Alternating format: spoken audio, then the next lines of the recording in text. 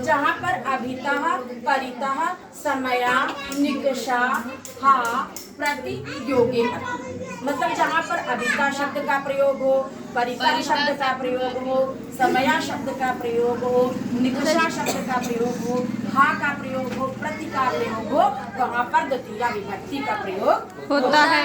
अब जैसे अभिता, अभिता माने होता है चारों चारों ओर, अभिता माने चारों ओर, चारों ओर, परिता माने सब ओर, और समया का मतलब क्या होता है? समीप, समीप मतलब पास, पास, है ना। निकषा, निकषा का मतलब समीप। हा शब्द का प्रयोग शोक के लिए, जैसे हाय है ना कहते हैं ना शब्द कॉमन भाषा में, तो उस शब्द हा शब्द का प्रयोग शोक के लिए किया जाता है, वहाँ भी द्वितीया विभक्ति का प्रयोग होगा।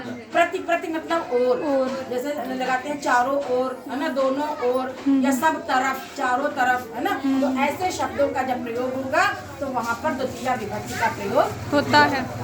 अब देखिए उदाहरण के रूप में हम कैसे जानेंगे।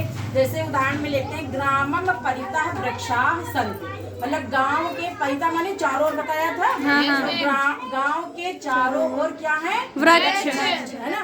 तो जो परितः शब्द का प्रयोग यहाँ हुआ है तो कौन सी विभक्ति हमारी होगी? द्वितीया। अब कृष्णम परितः धेनु सन्ति, कृष्ण मतलब कन्हैया, कन्हैया जी, तो कृष्ण के सब ओर, परितः माने सब ओर या चारों ओर, है ना। कौन है? धेनु, गाय, गाय, गाय है, संत माने है, गाय, है ना। तो सब ओर परिता का यहाँ प्रयोग किसमें होगा? द्वितीया विभक्ति में। अब ग्रामम निकषा नदी बहती, गांव के समीप क्या बहती है? नदी।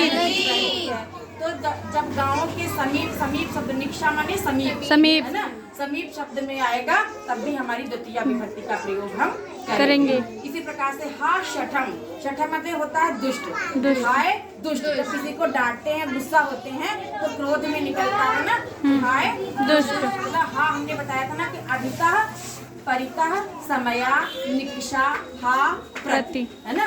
तो ऐसे शब्दों में हम द्वितीया विभक्ति का प्रयोग करते हैं। अभिता माने चारों ओर, है ना, और परितः माने सब ओर, सब ओर, समय निकषा।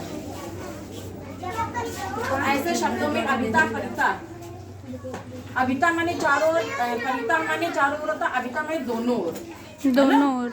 तो ऐसे शब्दों में हम किसका प्रयोग करेंगे? द्वितीया विभक्ति का, द्वितीया विभक्ति का, है ना।